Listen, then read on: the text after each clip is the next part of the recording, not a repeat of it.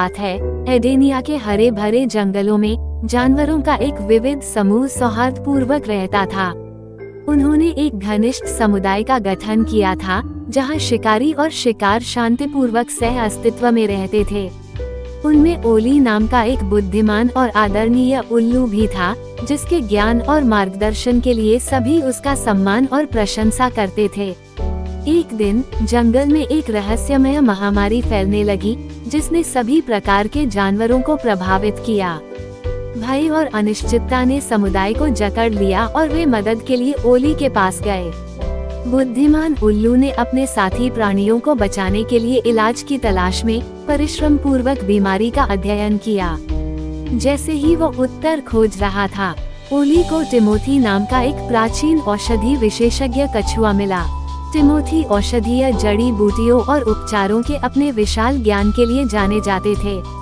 ओली के समर्पण से प्रभावित होकर टिमोथी ने इलाज की तलाश में उसके साथ सेना में शामिल होने का फैसला किया। साथ में उन्होंने जंगल के बीचों बीच जाकर दुर्लभ जड़ी बूटियां एकत्र की और विभिन्न पशु समूहों के बुजुर्गों से परामर्श किया। अपनी यात्रा के दौरान उन्हें कई चुनौतियों का सामना करना पड़ा, लेकिन उनका दृढ़ संकल्प और सौहार्द और मजबूत होता गया। अपनी यात्रा के दौरान ओली और टिमोथी ने सैमी नाम की एक चंचल गिलहरी के साथ एक अप्रत्याशित बंधन बना लिया।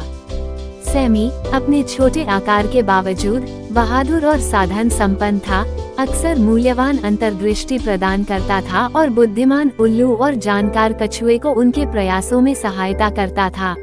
जैसे जैसे दिन बीतते गए, तीनों को असफलताओं और संदेह के क्षणों का सामना करना पड़ा। हालांकि उन्होंने इलाज खोजने के अपने मिशन को कभी नहीं छोड़ा। उनके लचीलेपन और एकता ने जंगल के अन्य जानवरों को इस मुहिम में शामिल होने के लिए प्रेरित किया, जिससे महामारी से निपटने के लिए सामूहिक प्रयास किया गया। अंत में बहुत दृढ़ता और सहयोग के बाद ओली, टिमोथी और सैमी ने एक एकांत उपवन के भीतर छिपे एक दुर्लभ फूल की खोज की। ऐसा कहा जाता था कि फूल में किसी भी बीमारी को ठीक करने की शक्ति होती है। अपने दिलों में आशा के साथ उन्होंने चमत्कारी फूल की पंखुड़ियां एकत्र की और अपने समुदाय में लौट आए। फूल के सार का उपयोग करके टिमोथी ने एक शक्तिशाली उपाय तैयार किया और उन्होंने इसे पीड़ित जानवरों के साथ साझा किया। धीरे धीरे महामारी कम होने लगी और जंगल कृतज्ञता और राहत से भर गया। उनके मिशन की सफलता ने सभी प्रजातियों के जानवरों के बीच संबंध को मजबूत किया। एडेनिया का जंगल और भी अधिक सद्भाव और समझ का स्थान बन गया।